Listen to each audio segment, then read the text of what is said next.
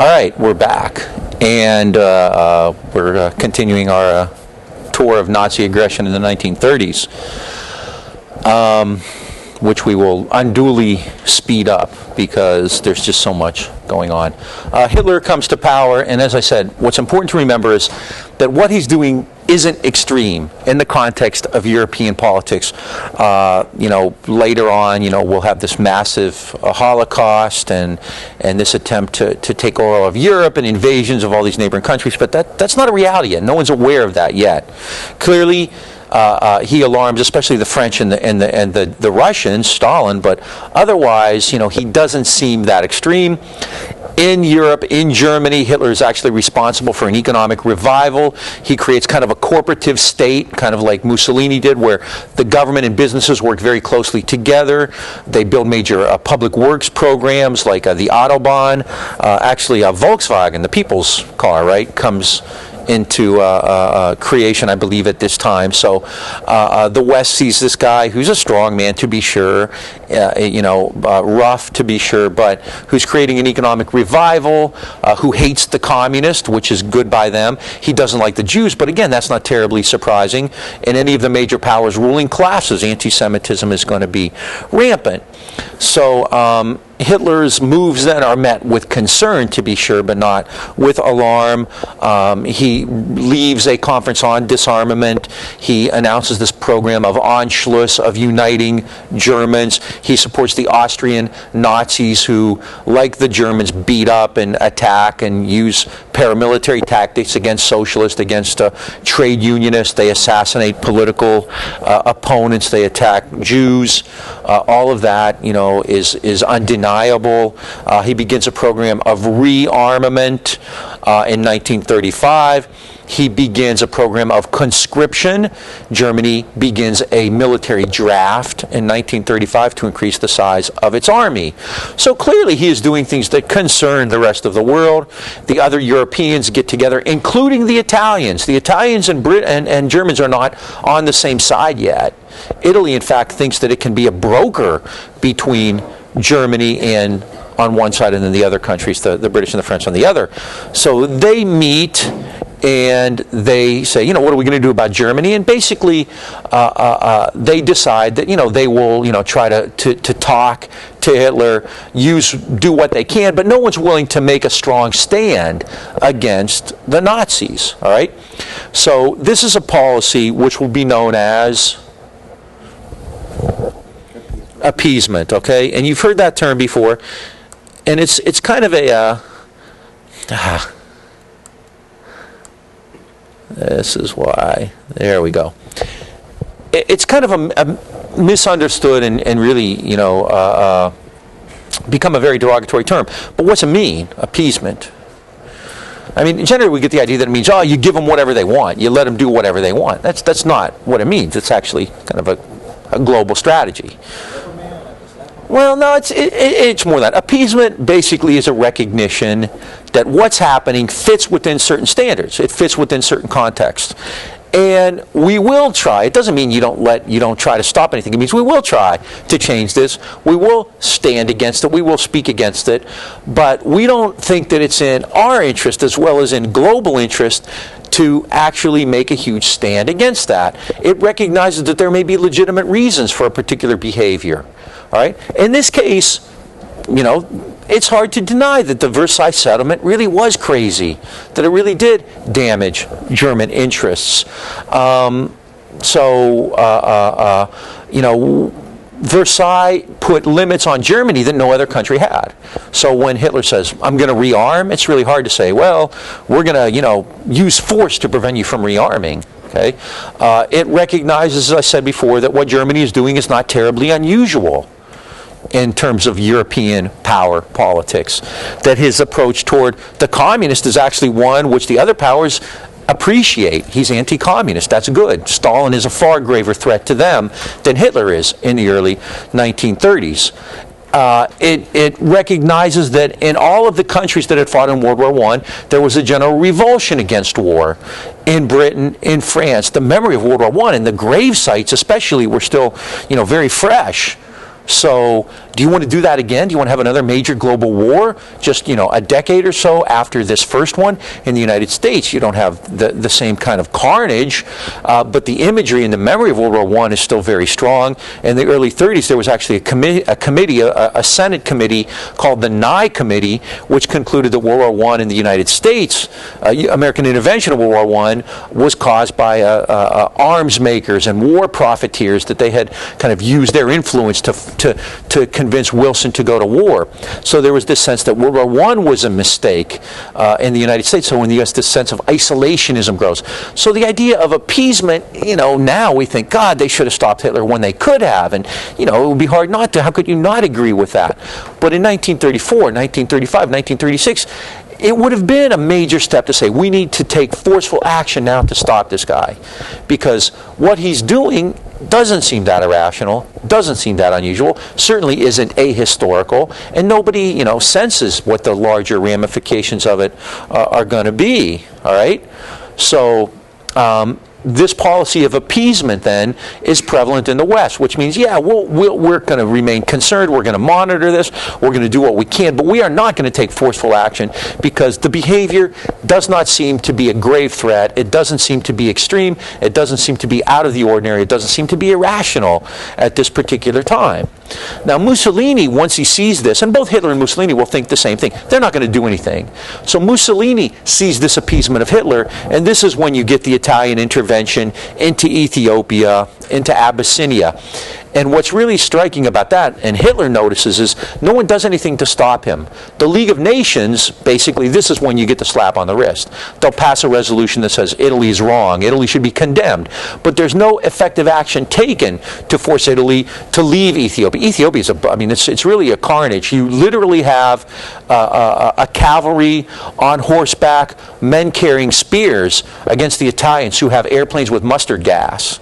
So, this is the kind of warfare that's being exhibited here, but the League of Nations will not impose sanctions against Italy, and it will not consider an oil embargo against Italy. And if you really want to hurt a country in warfare, you got to do that kind of stuff. You got to say, there's an embargo, you can't get supplies, there's sanctions against you, you got to take measures. The League of Nations refuses to do that, all right? That's appeasement. In retrospect, no one could disagree. That was wrong. It was stupid. It was counterproductive. It led to the emergence of Hitler and Mussolini in global war. We all know that in 2004. But in 1935, 1936, 1937, you couldn't anticipate that. You might have, and you would have been right, and some people did. Stalin clearly was. But it would have, it's not as unusual in the 30s. Now, that's not to say appeasement should be condemned. It should be. It leads to the emergence of this horrible war. And in retrospect, we should say, they should have taken a stronger line. All right? So Germany sees that they're not going to do anything. So in March of 1936, the Germans go back into the Rhineland. The Rhine area borders Germany and France. And during World War, as a result of Versailles, it was demilitarized. Does the cursor come up here? Yeah, sort of comes up. But you can kind of see the Rhine. There's the Rhine River, the Rhineland there. I don't know if that's showing up or not. Yeah, it is. Cool. The Rhineland was demilitarized. Basically, at Versailles, they said that the Germans could have no military forces in the Rhine. All right. But in 1936, Hitler goes back in. What do the French do? Nothing. Hitler had given his commanders orders, if the French respond with force, if they move their forces into the Rhine, we will retreat. All right? But the French didn't do that. And basically the French thought was, it's German. The Rhine is in Germany. So, it's kind of hard to take that away. And plus, the people of Europe, the people of France don't want another war against Germany. And they're also building, we'll talk about this later, they're building this massive line of fortresses, which is going to protect them, called the Maginot Line. So the French think, we're not happy about this, the guy's crazy, we have to be careful about it, but nonetheless, we will continue this policy of appeasement, even if, and again, if the French had responded, Hitler had given orders to his commanders to retreat, but they didn't, all right? Now, the movement to the Rhineland means that Germany is not nearly as vulnerable to the French coming in as they had been before, so it's very important, okay? So, let's to go back to the outline so I know what I'm talking about. That's always kind of questionable, right? So Germany goes into the Rhineland. After that, German attention shifts toward Czechoslovakia. So I guess, actually, I should keep that map up, huh? Was that it? Oh, yeah. All right, Czechoslovakia, especially the northern part of Czechoslovakia here is an area called the Sudeten region, the Sudetenland. And the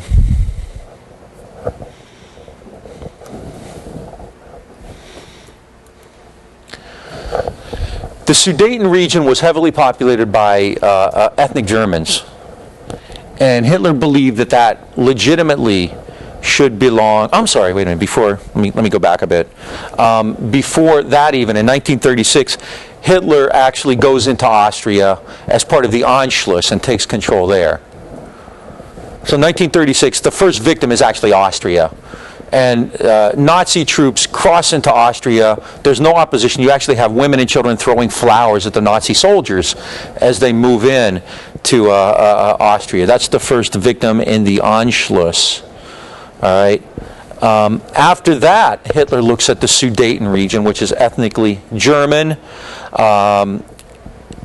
In 1936, Hitler says to the British and to the French, the Sudetenland should be ours. It is ethnically German, and so the British and the French think about it, and they say, okay, I tell you what, if you agree to refrain from military action after this, we will acquiesce in this seizure of the Sudetenland.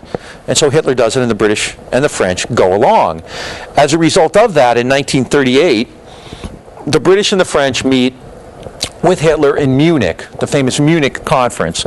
At Munich, Hitler says, okay, I'm done. Really, I've gotten all I need, and it's only fair. Austria and the Sudeten region are ethnically German anyway. I'm done. And so the British and the French say, okay, and they come to an agreement. A lot more than that goes on. I'm going quickly through it. And Neville Chamberlain, who's the British Prime Minister, arrives back in London, and he says, this conference means that there will be peace in our time, right? They postponed this clash. So Hitler has promised not to continue this aggression. However, what happens? Hitler goes not only after the Sudetenland, but takes all of Czechoslovakia. And what's ironic about Munich, and this is just a month after Munich, at Munich, who was not there? Who was not represented? Czechoslovakia. So even though the Sudeten was part of Czechoslovakia, the Czechs themselves were not represented officially at Munich. So all these other countries get together to decide the fate of Czechoslovakia. So Munich was obviously a major failure, by late 38, early 39, all of Czechoslovakia is now in German hands. So you have Austria, the Sudeten, and now all of Czechoslovakia. At this point, the West finally gets it. In Britain, in France, there's a real recognition that this guy's not going to stop. So you start to see these countries kind of ramp up their military budgets and start to take far more active roles in the conflict against the Nazis. In Britain, there's an election, and Chamberlain is defeated, and Churchill takes over. At the same time this is going on, there's kind of a prologue to the war nearby in Spain. And again, I'll go through this quickly. In Spain, there had been an elected government. You call it the Republican government, the Republic. All right? The Republic comes under attack in 1936 from a group called the Phalangists. The Phalangists are essentially fascists. They were like Nazis. And they were led by General Francisco Franco. Franco and the Phalangists decide to attack the government. Why? The government is too secular, it's too far to the left, it's anarchist, it's communist, all the stuff that's being said about it. Who supports Franco? The military and the Catholic Church. Franco's biggest supporters are the military and the Catholic Church. So Franco begins this civil war. Now, in 1933, when Hitler took over, Stalin began to complain about Hitler. So when the Republic, when the government, the official government of Spain says, we need help, who comes to their aid? Do the French? No. Do the British? Do the Americans? Does the Soviet Union? Yeah. Soviet Union fights for the Republic. Who fights with Franco? Who gives Franco support? Germany and Italy. And in fact, for the Germans, this was a chance for them to try their new Air Force, their Luftwaffe, all right? And so what happens in the Spanish Civil War? It's brutal, it's ugly. Oh, I forgot I was going to find a picture of Guernica. But this is where, if you've ever seen Goya's famous picture of Guernica, these are actually air attacks on villages. So it's very brutal, it's very bloody. And in 1939, the Republic falls and Franco wins. So this is kind of like a test run for World War II. It's a prologue to it. In Spain, the Western powers refuse to support the government. The Soviet Union does support the government, clearly for its own agenda. Franco is supported by the Germans and the French, and they win. And again, this is kind of what if, which I generally don't do and don't think a whole lot of. But clearly, I mean, had Germany been stopped, or had the Franco been stopped, or had the West stood forcefully against this fascist aggression, then, you know, clearly it would have given Hitler pause to think about what was going on. But that didn't happen. So again, this policy of appeasement becomes really problematic. All right? With all of this going on, Hitler sees nobody willing to take any actions that will stop him. So after the invasion of all of Czechoslovakia in early 39, the other European powers say, okay, we're going to stand against this guy. The British and Poles make a pact, a mutual defense pact, but that doesn't matter. On September 1st, 1939, what does Hitler do? He invades Poland. And this is more or less the official start of World War II. The invasion of Poland is very dramatic and rapid. Hitler unleashes a new type of war. I should have put that up there. This was kind of a repudiation of the trench warfare of World War I. Hitler unleashes something called Blitzkrieg War. Blitzkrieg, kind of meaning lightning war. The invasion of Poland is unlike anything that anybody had ever seen. Remember World War I, you dig trenches, you bombard the other side, then you get up and you attack, and then you get blown back, and they come, and it's just this carnage. They're not going to do that again. So Blitzkrieg means you send everything, lightning, you send infantry, you send artillery, you send air support, you send armor. And the Germans just come flooding into Poland, and Poland's cavalry is on horseback, so it really is modernity versus kind of antiquity in that regard. And the Germans blow through Poland, and within weeks, Poland falls. Because of the agreement, Britain declares war on Germany at that time, but it doesn't come into Poland or do anything like that. Poland falls. Yeah. Oh, but they do actually. Actually, the point of it was that the military and military spending was a way to revitalize the German economy. So by making these agreements with private companies to build airplanes, to build up tanks and weapons and things like that, this creates jobs, it creates economic opportunity. That's where the economic revival comes from, specifically. I mean, Germany itself doesn't have any money to build all this, right? Sure. Oh, it does? Sure. I mean, the state pays for it. The state and corporations pay for it. So yeah. I mean, Germany wasn't broke. Germany couldn't pay its external debts. You know, but Germany is producing goods. I mean, it's a major industrial power. They have raw material. I mean, the point of National Socialism is to live within your borders. I mean, Germany doesn't need a whole lot from outside. It has the capacity. And the Sudetenland of Czechoslovakia, which I failed to mention, which is really important, is resource rich. So what Germany does, it has the Ruhr and the Saar Valley. It has the means within its own borders to maintain a very powerful industrial economy. And it uses this to build this major military force. It starts a draft. So if you have a problem with unemployment, what's one way to address unemployment? Put a bunch of people in the army, right? Give them jobs, give them pay. They use the money, they buy consumer goods. So it really is part. You build the Autobahn, you build the automobile industry up, BASF and Benz and all these companies we know about today. We're Nazi supporters. So yeah, I mean, it's an economic and a military policy all in one. At that time, Lufthansa had more routes around the world. Oh, really? Huh. Oh, really? I didn't know that. That's cool. It's not cool, but I didn't know that. So no, I mean, that was part of the Hitler economic miracle. It was essentially what the U.S. is going to do when World War II breaks out. It's military Keynesianism. It's using government money to build up a massive military establishment, and it also creates an economic revival. So, yeah. So yeah, he clearly did have the capacity to do that because of it. I mean, this is where the German economic revival comes from. So 1939 then, when he goes into Poland, I mean, it's just a walkover. And there had been, prior to that time, a window of opportunity. By 1939, the Germans clearly have military superiority. They have a massive army, a Wehrmacht, they have technology, they have weapons, they have this big air force, the Luftwaffe. Prior to that time, there had been, and this is a brief window of opportunity that the Germans have. Prior to that time, the West still had superiority, at least in numbers and in terms of weapons and things like that. The military experts said, well, you know, the British and the French and the Americans, and that's another story, but the British and the French could contain Germany. They have the means to do it. But there's a brief period in late 38 and 1939 where the Germans actually overtake the enemy, right? And this is when they go into Czechoslovakia and when they go into Poland. Now, the real fear there is that once the other countries, and if the U.S. does it, game over. Once these other countries ramp up their industrial economies to provide the sinews of war, then we're in trouble. So we got to hit them quick and get this over with fast while we have an advantage. So Germany takes advantage. They exploit this window of opportunity, which they have in 39. Right? They know it's not going to last long. And you know, once American industry kicks in, the level of production is going to just blow away anybody else. And the Germans want to avoid that. Their goal, and the goal in all of these wars, the Japanese try to do it, the Germans hope to do it, the Vietnamese, Ho Chi Minh hopes to do it, is to keep the U.S. out of the war. Not necessarily because the Americans are the greatest fighters in the world and all that other kind of hooey stuff. It's basically because American factories can produce more weapons than anybody else by far. That's the major thing, all right?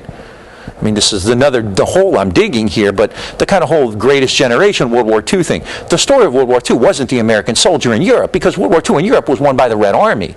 The story of American intervention in World War II was what American factory workers did. It's Rosie the Riveter and the guy at the line who made these things, right? That's what won World War II. That's really what blew the Germans out of the water. The American contribution was far more industrial than anything else, all right? You know, the actual bodies were European, especially Russian, which the new records indicate. Russia lost 50 million people, you know, in the war. So, I mean, but America's industrial output was decisive, and that's really 50 million, which is about approximately a third of the entire country. That's civilian and military both, probably more civilian, in fact. Anyway, so the invasion of Poland, oh yeah. So if Germany and Russia were naturally at odds with each other, what was up with their secret? Well, we'll talk about that. That's important too. That's a major development because, you know, that's a good point. And one thing I should have said at the beginning, I'm not doing this chronologically because that would be a mess. If you try to do World War II chronologically, you're all over the place. Basically, it's thematically, geographically is the best way to do this. So that's why I haven't talked about that yet, but I will go back. And that's important because 9 days before Germany invades Poland, it cuts a deal with the Soviet Union. So even though Stalin had spent all this time saying, what about Hitler, what about Hitler, what about Hitler, he basically says, better to join him than to fight him because no one else is going to help me out. So yeah, they cut a deal. So I will get to that though, all right? But now I want to talk a little bit about U.S. policy in the 1930s, all right? And again, try to do this quickly, which is not going. Okay.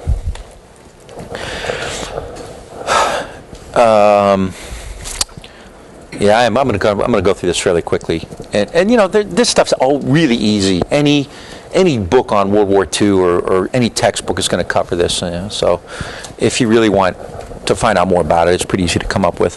In the 1930s, U.S. policy was considered isolationist. Isolationism being a long American tradition from George Washington's farewell address on. Basically means stay out of the conflicts, the squabbles of other countries. As a result of this, the United States in the 30s actually had laws passed which said you have to be neutral. You cannot take action in global conflicts. Now, what was the point? What was the basis for this isolation, for this neutrality? Why do you think Americans went that direction in the 30s? Yeah, but even more than that. What had just happened 15 years earlier? First World War. First World War, how did the U.S. get involved in the war? It was shipping goods. It was not neutral. Ships were being sunk. Submarines were attacking the Lusitania. So the image of World War I is very bad. After World War I, you have this disillusionment. What happened at Versailles? Versailles was a mess. Germany was devastated. As a result of that, Hitler emerges. The U.S. doesn't even join the League of Nations. And then the Nye Commission comes out and says, well, it was all because of war profiteering. So by the 30s, the Americans, people are saying, whoa, this is ridiculous. So there is a strong isolationist movement. And in fact, there's even a major group of people called the America First Committee, big organization, which has as its goal to keep the U.S. out of war. The America First Committee. Anybody know who its national spokesman is? Charles Lindbergh. You know who Charles Lindbergh is, right? Famous guy. First guy to... Yeah, he's first got to cross the Atlantic, right? So Lindbergh's famous American. He's a really well-known guy at the time. So the America First Committee is very popular. And most Americans say, we don't want to fight. I mean, look what World War I did. It was a disaster. Nothing good came of that. We don't want to do that. Again, as a result of that, of this need to stay at home, Congress passes neutrality laws which say that we can't sell weapons to countries that are at war. Two reasons the U.S. did not support the Spanish Republic. One was neutrality laws. Even though it was a civil war, even though Franco was illegally attacking the government, neutrality laws said you can't support the government. Secondly, what was another reason? Who do you think in the U.S. would have put pressure on FDR not to support the Spanish Republic? The Catholic Church. The American Catholic Church put heavy pressure on FDR as well because they supported Franco, just as they supported Mussolini, just as they didn't really do anything while Hitler was killing Jews. There's a book out a couple of years ago called Hitler's Pope about, was it Pius XII? No, it wasn't the 12th, which I forget. Pope Pius, one of them. Got a bunch of X's and ones after his name. Somewhere there's a nun turning over because I don't know this, right? So, I mean, the Catholic Church was one of the biggest sponsors of fascism, was the biggest sponsor of fascism among European institutions, along with the industrialists. So Roosevelt doesn't do anything. He has these neutrality laws. He has anti-communism. And again, this idea that Hitler's an anti-communist is very powerful, right? I mean, Polish Americans, for instance, before 1939, fear Stalin more than they do Hitler. They fear communism. So, I mean, there's this general sense that Hitler, we got to keep our eye on him, but, so isolationism is very, very powerful. Now, Roosevelt also understands what had happened in World War I. He doesn't want to see the Germans close the door. I mean, keep that in mind. Hitler's ultimate goal of taking over Central Europe, of creating this greater Germany, would close the door to an incredibly vital area. And the U.S. doesn't want to see this. Roosevelt clearly doesn't want to see this.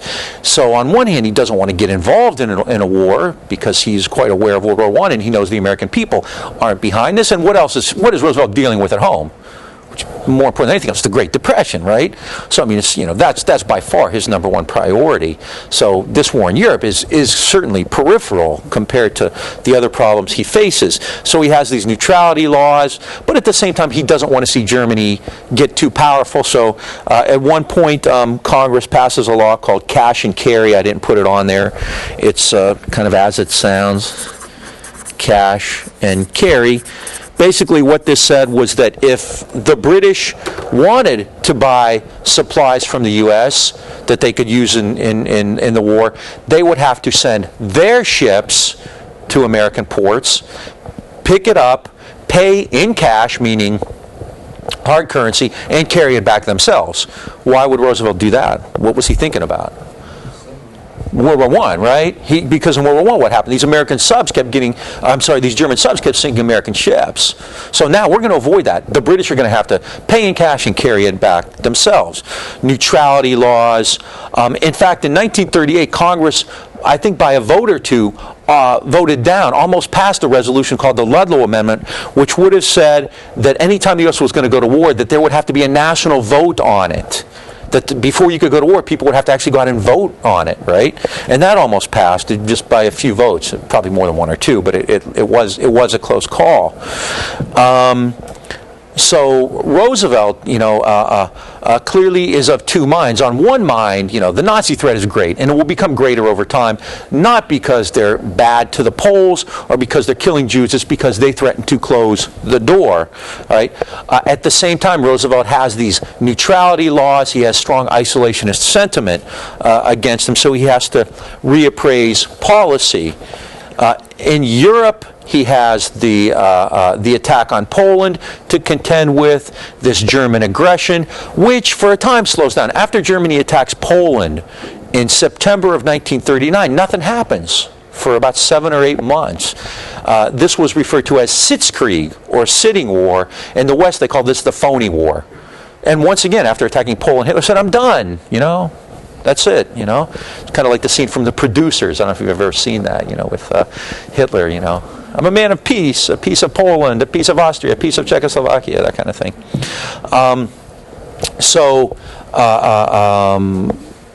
And again, that gives Roosevelt some breathing room. So on one hand, you have cash and carry, you have this recognition that stuff's going on and we have to be aware of it. On the other hand, you don't want to do too much. You don't want to do too much. Roosevelt, however, decides that short of getting involved in the war with American troops, which there's no way you can do that in the 30s, the U.S. will take a role, and the U.S. will take a role using its major advantage, which, what did I say it was a couple minutes ago? Industry, right? The United States will become, Roosevelt says, the arsenal of democracy. The arsenal of democracy. What's that mean? What's the U.S. going to do?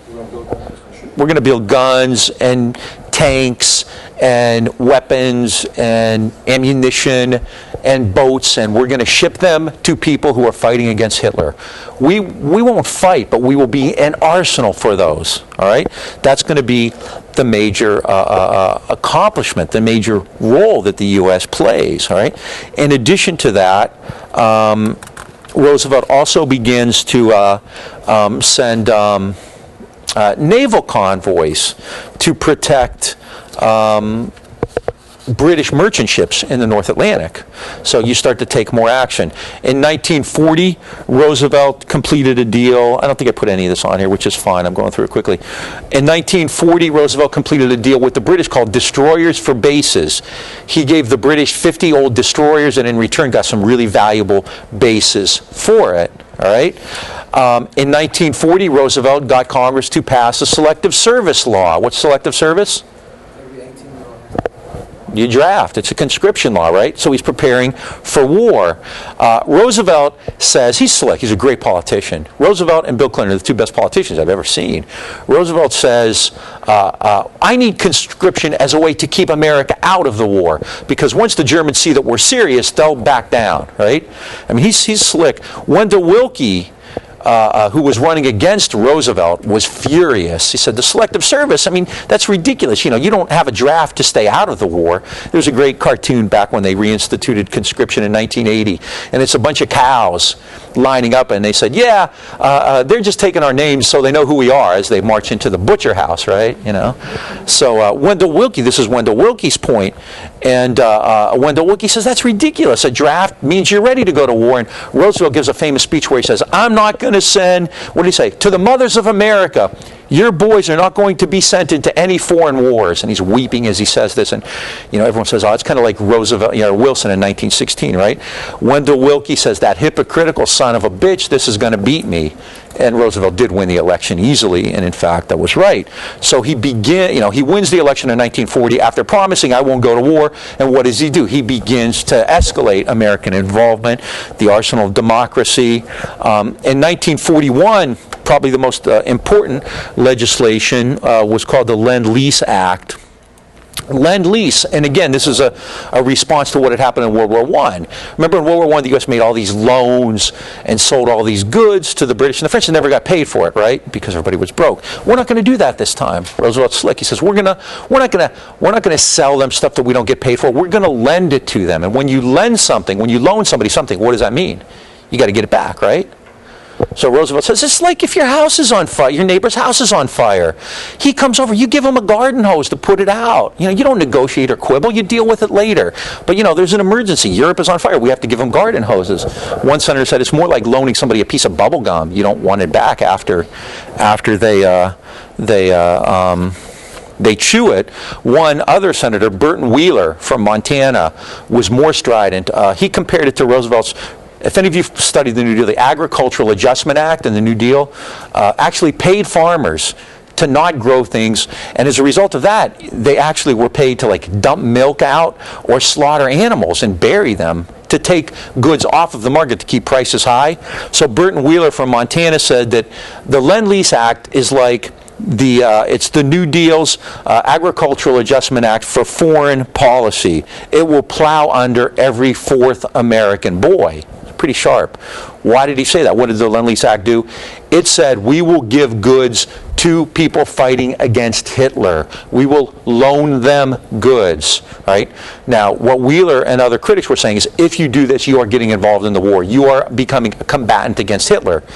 If Hitler's soldiers are being killed, whether it be by British or French or whoever, with American guns, being supplied by American ships, then you clearly are becoming a combatant in the war, right? Nonetheless, it's a risk Roosevelt is willing to take. What else is important about Lend-Lease, which doesn't get as much play, which is really vitally important, is Lend-Lease is an agreement. You can go read it on the internet. Article 7 of the Lend-Lease Act is really the guts of the Lend-Lease agreement. What does it say? It's a bunch of legalese I'll read to you. I'll highlight the important part. In the final determination of the benefits to be provided to the United States of America by the government of the United Kingdom in return for aid furnished under this Act of Congress of March 11, 1941, the terms of conditions thereof shall be such as not to burden commerce between the two countries, but to promote mutually advantageous economic relations between them and the betterment of worldwide economic relations.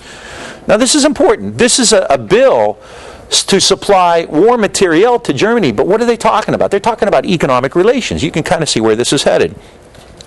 To that end, they shall include provision for agreed action by the United States of America and the United Kingdom, open to participation by all of the countries of like mind, directed to the expansion by appropriate international and domestic measures of production, employment, and the exchange and consumption of goods, which are the material foundations of the liberty and welfare of all peoples. What is democracy? Commercial liberty, right?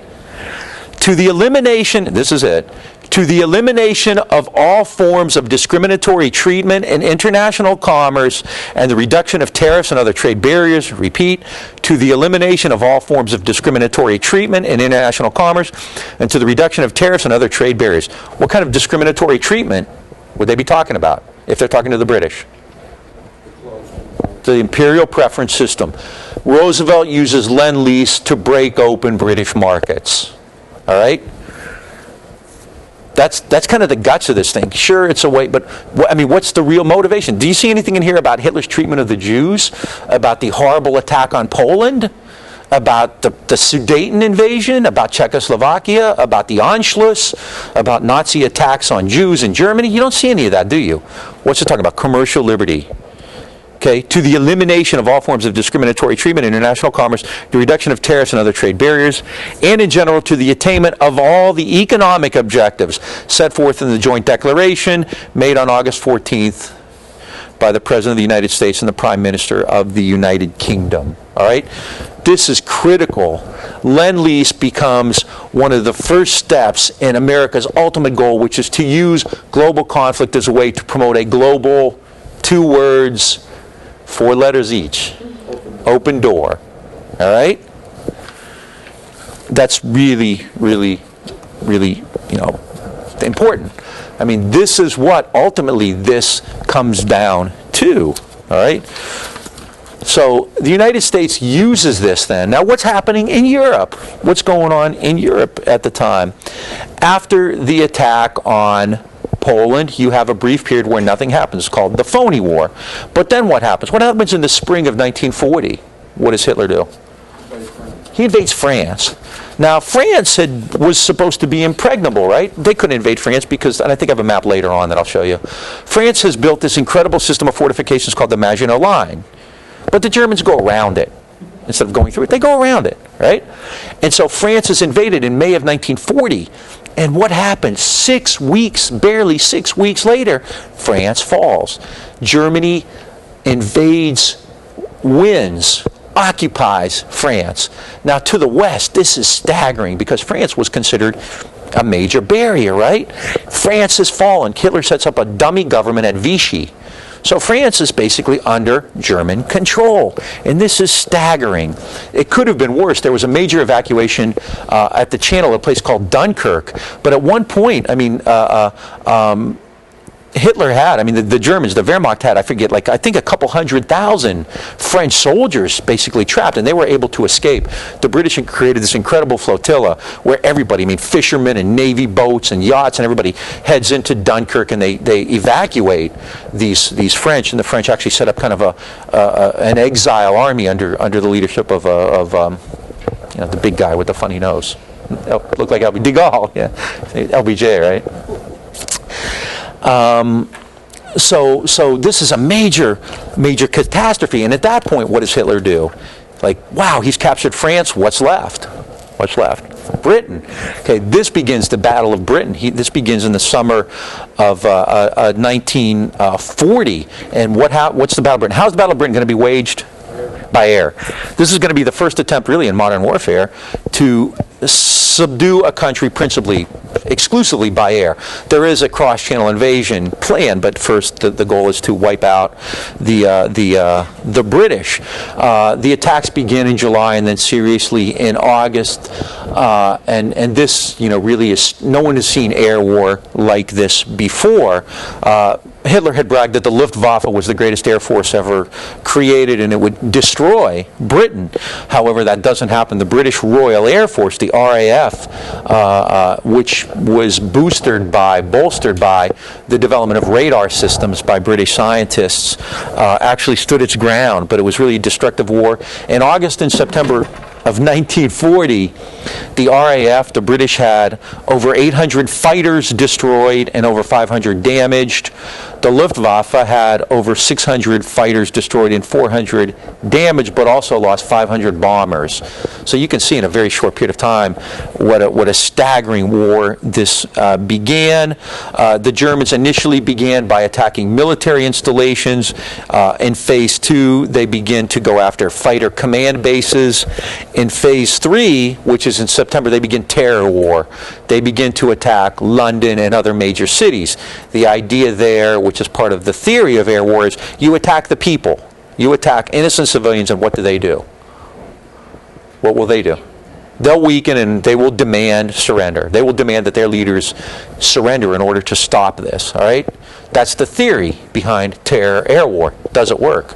No, you all know the Battle of Britain. There's movies and books and everything about it. So by late 1940, the Royal Air Force stops Germany. This is the first time Hitler has been stopped.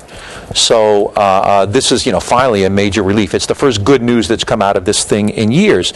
In addition to that, in 1940, the Americans and British begin to cooperate in these operations in the Atlantic. This is the so-called Undeclared War in the Atlantic, where the Americans and begin to use convoys, and they actually start shooting at the Germans in October and in October of 1941, just before Pearl Harbor, a little bit before Pearl Harbor, 2 American ships, the Kearney and the Reuben James, were actually attacked by German submarines and sunk. In the case of the Reuben James, 100 and some people died on it. Roosevelt at that time said something to the effect of, with regard to the with the convoys, the Americans are shooting on the Germans, he said, if they do it again, we're going to do it like the Japs do. This is Roosevelt talking. We'll say so sorry, and then we'll hit them again, and we'll sink too. So Roosevelt, and the point I'm trying to make here is that before Pearl Harbor, Roosevelt is gearing up for war. A lot of people will have this kind of conspiracy theory that Pearl Harbor was a setup. It's kind of like the 9/11 theories, right? Roosevelt knew that the Japanese were going to attack Pearl Harbor, and he let them do it because he needed to get into the war. It was a backdoor to war. It's kind of like these people who say, they knew that 9/11 was going to happen, and the CIA did it as an excuse to go to war against Afghanistan and Iraq, right? neither has any validity. There's no proof of either. And it also, on one level, implies a level of competence that just isn't there either. So, do you really think the CIA, you have guys who go in for flying lessons and say, I don't want to learn how to take off or land, just how to fly, and that doesn't even ring a bell. You think they're competent enough to blow up a couple buildings in New York? Good Lord, if the CIA had run that operation, they would have been hitting like Des Moines and, Peoria instead of, the World Trade Center, so. Did the CIA director recently resign? Yeah. For what reason? The intelligence was dreadful. And basically, he took a sword for Bush. I mean, we'll talk about that, actually. And to some extent, well, not really to the extent Pearl Harbor. Basically, when 9/11 happened, the general line was, this is the worst intelligence disaster since Pearl Harbor, right? The idea, intelligence is political. You basically tell them what they want to hear, all right? Pearl Harbor was dreadful. They were incompetent. They missed signals all over the place. No one could believe that Japan would do that, right? So basically, it's bad intelligence, but it's also intelligence that's very politically oriented. You don't go in, and say, you're all wrong, this is what's happening, right? I mean, two people, actually, with regard to 911, there were two agents, one in Minnesota, the other one, I think, in Arizona, who said, something's going on here. We really need to investigate these guys who are taking flying lessons and not asking, how to take off or land. And they got in trouble for it, basically because they rocked the boat. I think they were both women, too. Yeah, they suspended the one from Arizona. She was in the FBI because she contacted the CIA on Yeah. it.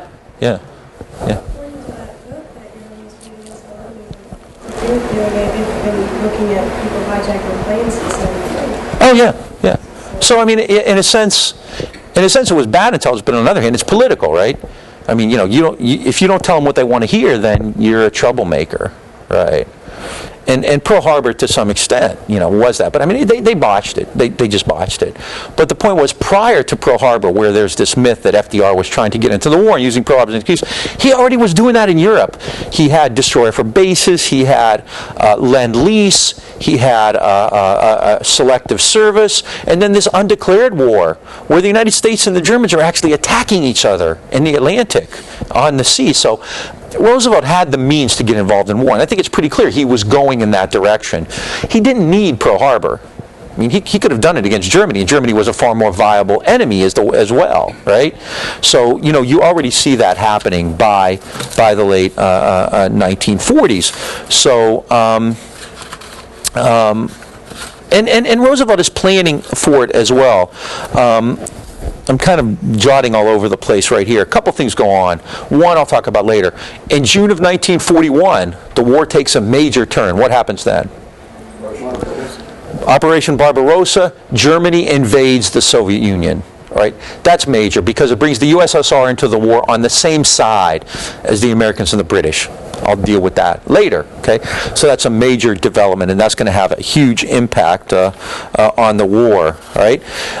As a result of that, a month later, Roosevelt and Churchill get together in Newfoundland, where they come up with something called the Atlantic Charter. All right, and this is the first conference between Roosevelt and Churchill, and they're going to meet a lot during the war. In Newfoundland, this is where Roosevelt promises to convoy. I know I'm all over the place chronologically. I told you that ahead of time. Don't sweat it. The big issues, I think, come out. Roosevelt promises these naval convoys at Newfoundland, but the big result of the conference at Newfoundland was something called the Atlantic Charter. And the Atlantic Charter reaffirmed the ideas of collective security and, like Lend-Lease, reaffirmed the open door. So again, Roosevelt is using the war, as he did with Lend-Lease, now in the Atlantic Charter, as a way to do what? To break up the British imperial preference system. That keeps coming in. So on one hand, this is a war because the Germans are really brutal and aggressive. That's all true. But what is the main goal? Who is Roosevelt actually acting against initially? The British. And relations between the Americans and British are quite testy during the war because of this. The U.S. is going to use World War II to end British colonialism. That's important. I was just wondering, open door system with globalization and Charter. Did Churchill really understand this? Yeah. He did everything he could to hold on. He knew that was what America's goal was, and probably was smart enough to realize that, it was numbered, right? But yeah, I mean, he clearly understood that. I mean, the Americans were not subtle, In fact, And the Atlantic Charter, the U.S. initially pressed for a statement which would explicitly have endorsed free trade, meaning that it would have said empire is wrong. The British balked at that, and the Americans were quite upset by that. So they were not subtle at all. They were quite clear that they were going to use and again, what's America's power? It's economics, right? They're going to use this to get to extract, I mean, this isn't the Boy Scouts. This isn't charity work. This isn't community service. We're not going to go fight against the Germans just because the U.S. doesn't feel like it's under any threat. There's actually a lot of revisionist arguments which suggest that the U.S. never had to get involved in World War II. That in fact, by the time the U.S. got involved in World War II, the British had subdued Germany. The Battle of Britain had failed, and that there probably would have been a longer deadlock, but that Germany was not going to take over. Germany wasn't going to succeed. And so the U.S. didn't have to get in. I don't know, I actually don't necessarily buy that. But the point is, there is that kind of line of thinking. So, why is the U.S. doing this? Why is it doing it? It's doing it because it has a bigger agenda, the bigger agenda being global open door, globalization. It's going to use what power it has, which is economic, and things like the Lend-Lease Act or in the Atlantic Charter to get at that. All right? So that's really, important. In fact, Roosevelt in 1941 tells Churchill that he's ready to go to war, and he says, I'll wage war, but I would not declare it, and that I will be more and more provocative. If the Germans do not like it, then they can attack American forces. So this is kind of like, remember what Lincoln does at Appomattox, basically making the other side fire the first shot. This is what Roosevelt's goal is too. And he's not talking about Japan, he's talking about Germany. And this is when you get the attacks on the Kearny and the Reuben James. In fact, when the Kearny is sunk in October of 1941, Roosevelt says, the shooting has started and history has recorded who fired the first shot. So, I mean, not to belabor the point, but clearly then, the United States is on a clear path toward warfare by late 41, prior to Pearl Harbor. Europe, in the meantime, is inflamed, although the Nazis have been stymied in the West. In the Battle of Britain, they have invaded the Soviet Union in the East, and that's about to blow. Yeah. I thought that Germany didn't want to get involved or didn't want the U.S. to get involved. So why would they attack these ships? Isn't that who attacked them? Yeah. Well, these are British. Yeah. But at the same time, I mean, what do? Just let them go on, unopposed? I mean, this is war. It's basically it's an undeclared war, but it's basically war. You can't let them go on unopposed, right? You can't pretend they don't exist. So yeah. All right. The legend of isolationism. I kept telling you how the U.S. was isolationist in the 30s, and it had neutrality laws, and it sat back and it didn't do anything. We talked, remember last week, about when Japan invades China and the U.S. doesn't do anything. All right. Well, there's clearly proof. There's clearly evidence to suggest that there is an isolationist tendency. The U.S. does not join the League of Nations. It rejects collective security. They thought that there was that those kinds of things could weaken the U.S. At the same time, however, the U.S. was never isolationist. All right, even though it has laws on the books that say we're not going to fight wars in Europe and we're not going to support these things, it clearly takes measures, like Lend-Lease that aren't. But even more than that, there remains a consensus throughout the 20s and 30s to extend America's economic and political interest everywhere. All right, and in the 1920s, you see a real maturation, a real coming of age of the open door policy. And Herbert Hoover, in a sense, picks up on the work of people like Hay, who created the open door notes, and especially Wilson. And so Hoover, too, has this vision of an open door world. All right? The Americans, Hoover and others, but especially Herbert Hoover is really a pivotal figure. Hoover has a really horrible historical reputation because he was president during the Depression. And in large measure, it's unfair. He was an incredibly bright guy, a very brilliant man.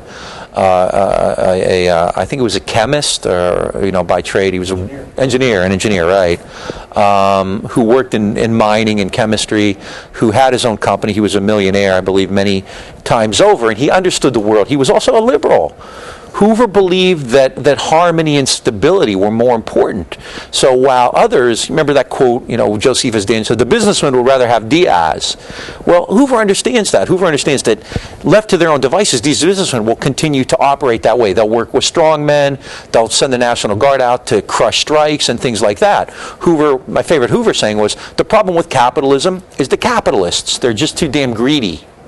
So Hoover believes in this. He believes in an open door world. He believes that the Americans can use the open door, can use economic power, can use democracy, commercial freedom, as a way to create prosperity and peace. That's important. You can't have revolution and you can't have war, because those are bad for stability and for business. So people like Wilson and Herbert Hoover believe that the open door is the road away from revolution, the road away from war. It was a way to preserve liberalism for the globe, for everybody.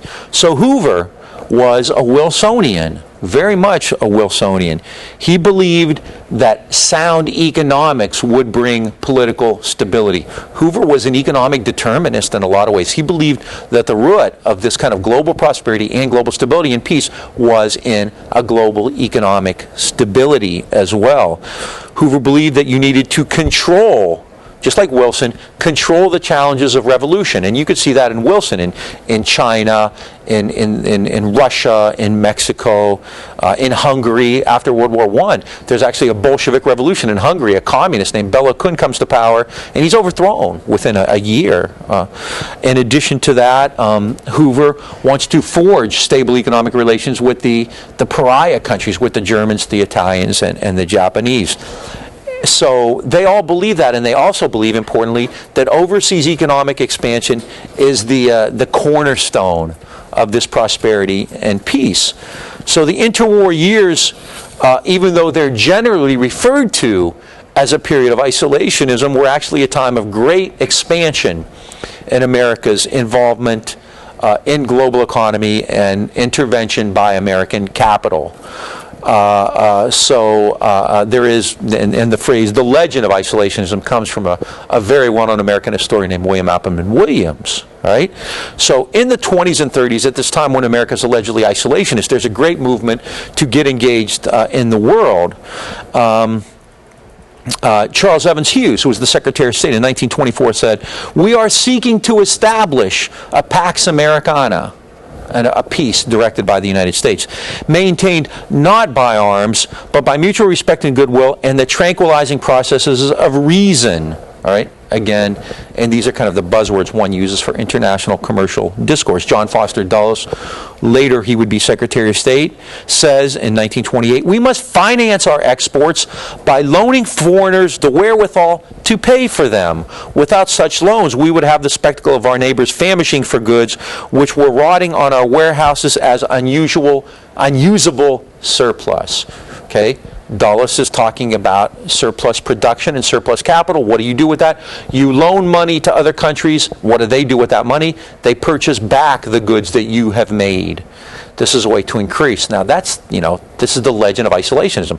At the same time, the U.S. is allegedly isolationist, is doing everything it can to try to get more involved in the world commercially. Herbert Hoover in 1928 said, "We must find a profitable market for our surpluses." All right? Calvin Coolidge in 1928 says, "Our investments and trade relations are such that it is almost impossible to conceive of any conflict anywhere on earth which would not affect us injuriously." Henry Stimson, Secretary of State, Secretary of War, said, "The present is a time of great unrest and disquiet throughout the world, and it is in the interest of all governments to try to maintain order and stability." These are not the words of isolation.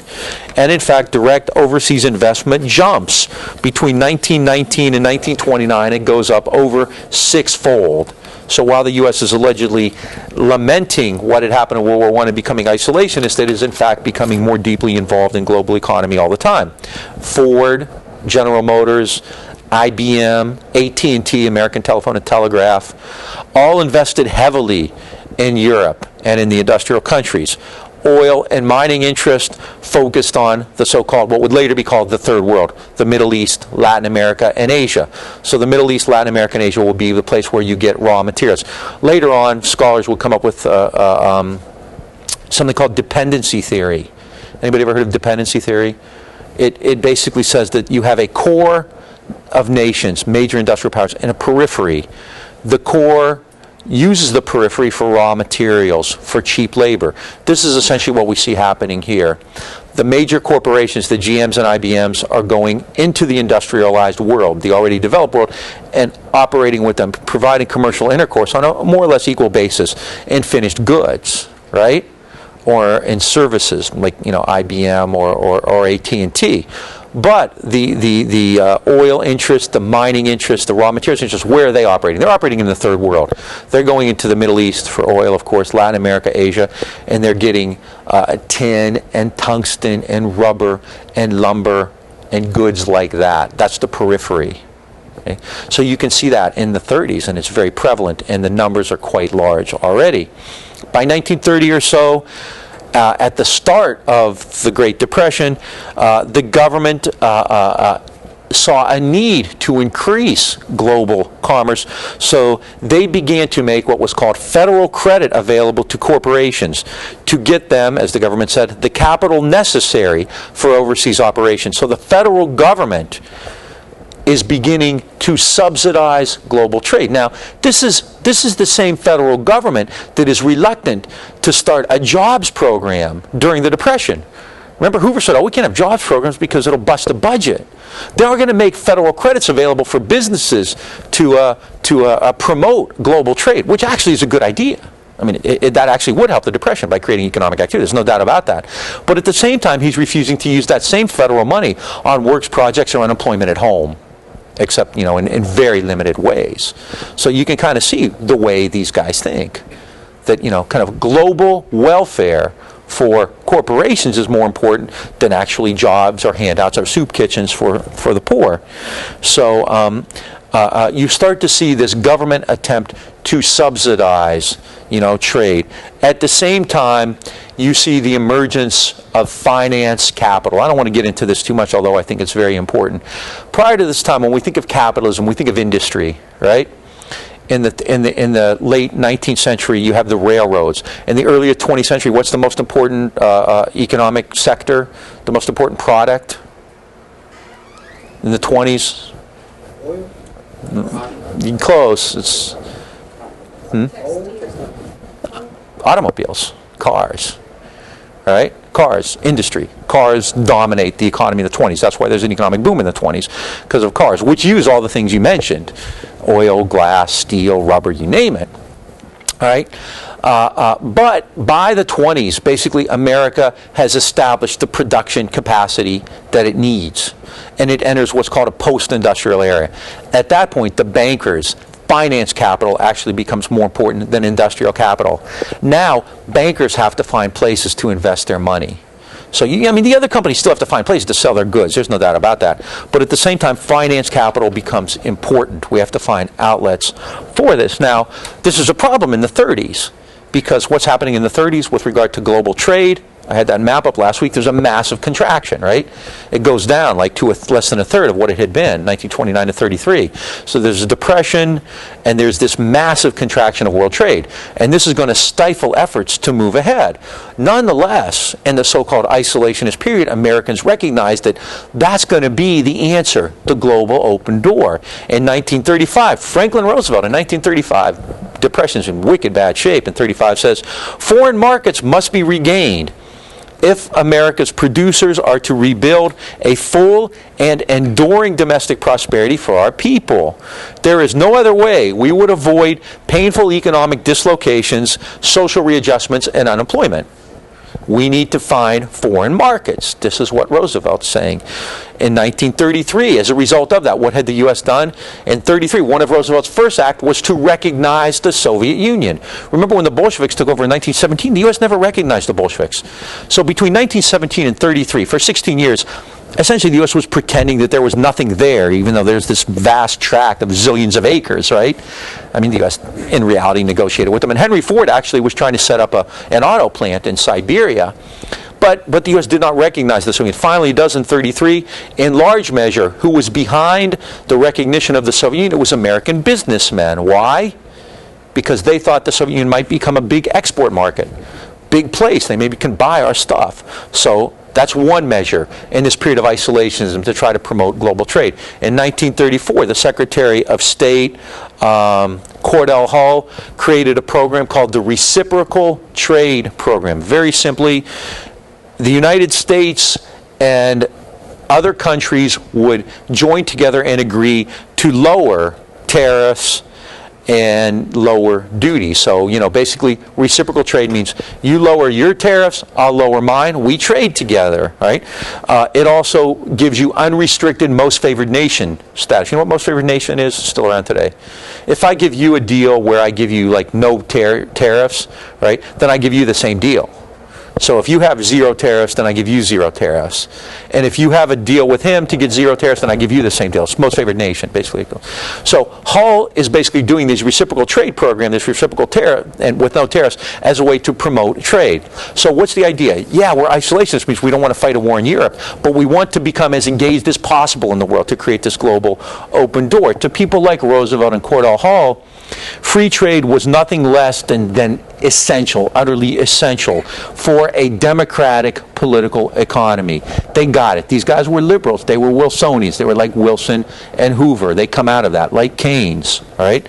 One diplomat, an American named George Messersmith, said that any other approach besides free trade, besides the open door, would call for a complete rearrangement of the entire economic setup of the United States. And in the 30s, what would that rearrangement be? What do you think he's referring to? Who was doing it differently in the 30s?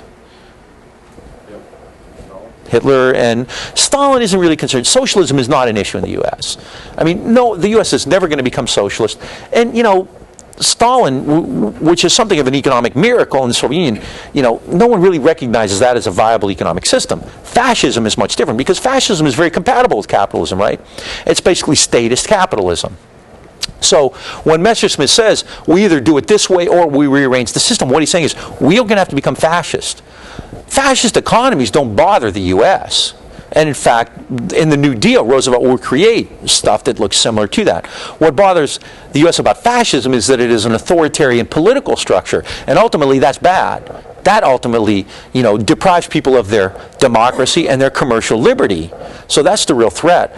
But the type of corporative political economic arrangements that Mussolini and Hitler come up with are okay. And if you look at the New Deal, things like the National Recovery Act, the National Industrial Recovery Act, and the National Recovery Administration, the Agricultural Adjustment Act, those are very much corporatist arrangements where Roosevelt brings businesses in to work with the state in order to regulate the economy, to create codes, to limit production, to limit prices, to set quotas and things like that. This is very much economically similar to what they're doing. So what Messersmith is saying is we can do that. We can have that kind of a limited, constricted system, but we're going to have to lose our way of life. We're going to have to lose our economic liberties. We're going to have to lose, our political freedoms. And if you do that, ultimately that will affect your consumptive capacity as well. So that's a real problem there, and that's what Messersmith's talking about. So basically, it's open door or die. And that may seem a bit extreme and a bit hyperbolic, but in a sense, that's what they're dealing with. Open door or change it all. Open door or we're in big trouble. So trade expansion, the search for an open door, defines the nature of international politics, of international conflict. Okay?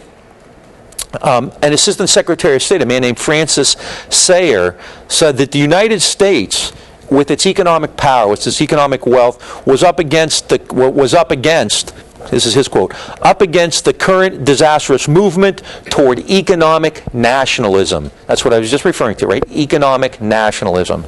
This is what Messersmith was referring to. Economic nationalism, meaning Germany and Italy, taking over areas, using their raw materials. This is like old styles. It's almost like old school colonialism, right?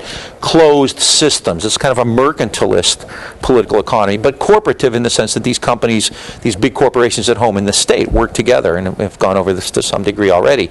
So this is what the U.S. has to avoid. This is what the open door will avoid. It will not have economic nationalism. It will not have these new arrangements. It will have democracy, meaning commercial liberty, along with free trade.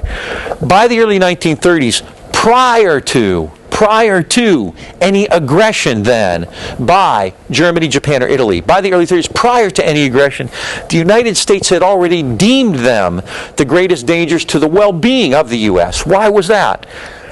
Before Hitler had invaded any other countries, before the Italians had invaded Ethiopia, before Japan had gone into China, the U.S. had deemed those three countries as the biggest threats to global stability, to American wealth. Why? They were autarkic. They were economically nationalist. They were closing the door. So the United States had pinpointed those three as the enemy before any aggression. I'm not trying to make light of what they did, their aggressive tendencies, but that wasn't the real signal that they were dangerous at first. It was the fact that they were closing the door. So what does the New Deal do? What does Roosevelt do? Well, the answer is there. He attempts to find foreign markets, recognize the Soviet Union, reciprocal trade, send American bankers and investors out all over the world. In the third world, in the underdeveloped world, they're not using the phrase third world yet, the U.S. deepens the pattern of free trade imperialism. The good neighbor policy, which we talked about at the beginning, right? What the good neighbor policy does is send money in, money doctors in, but it also sustains the dependent status of those countries, right? I mean, does Haiti, does the Dominican Republic, does Cuba, does Nicaragua, does El Salvador actually develop? Do they modernize? No. Under the good neighbor policy? No. Not at all. What happens? American capital becomes more powerful in those nations, right? So this is free trade imperialism, and this is what Roosevelt and others want to maintain, and this is what the Germans and the Italians and the Japanese threaten. In 1940, Fortune magazine writes about this, and it says, the United States economy has never proved that it can operate without the periodic injection of new and real wealth. The whole frontier saga indeed centered around this economic imperative. Now, you want to talk about economic determinism that would make a Marxist blush. This is Fortune magazine saying that the United States has never proved it can operate, that it can survive without a periodic injection of new and real wealth, meaning open door, markets, trade, all right? So this becomes essential, all right? The alternative to economic nationalism. As a result, Fortune magazine says the U.S. needs a huge expansion of foreign trade and foreign investment.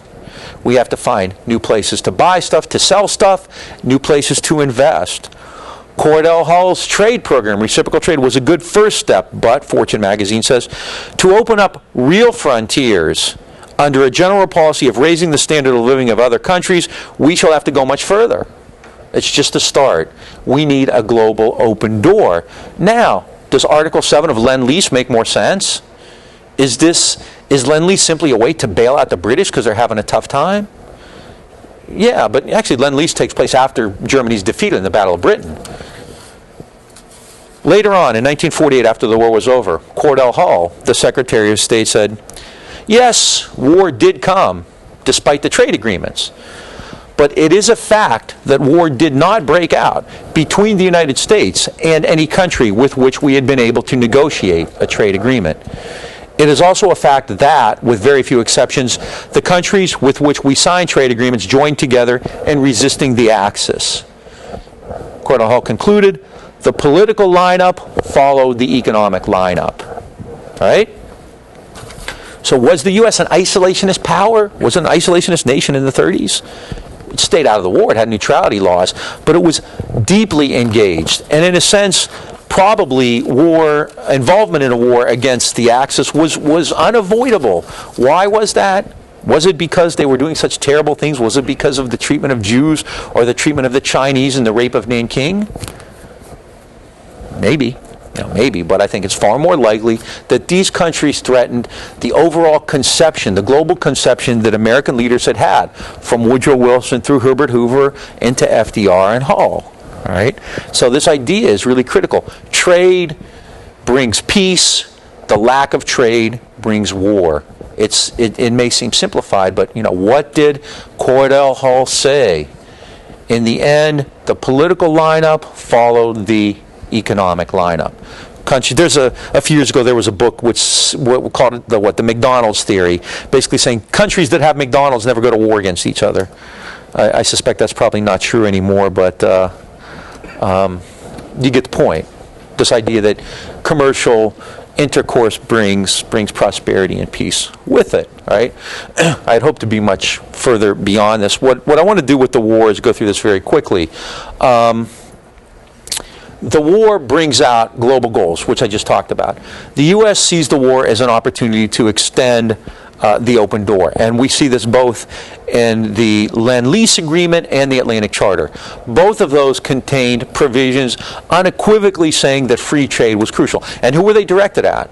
They were directed at the British. Keep that in mind too. I mean, clearly Germany and Japan and Italy, to a lesser extent, just say Germany and Japan are the real enemies. But they will be dealt with forcefully, right, because there's a war going on. But these agreements are also directed, very importantly, against the British Empire, against the British imperial preference system. So Lend-Lease says, yeah, we're going to give you Lend-Lease supplies. And by the end of the war, the U.S. gives Britain something like $30 billion worth of Lend-Lease supplies.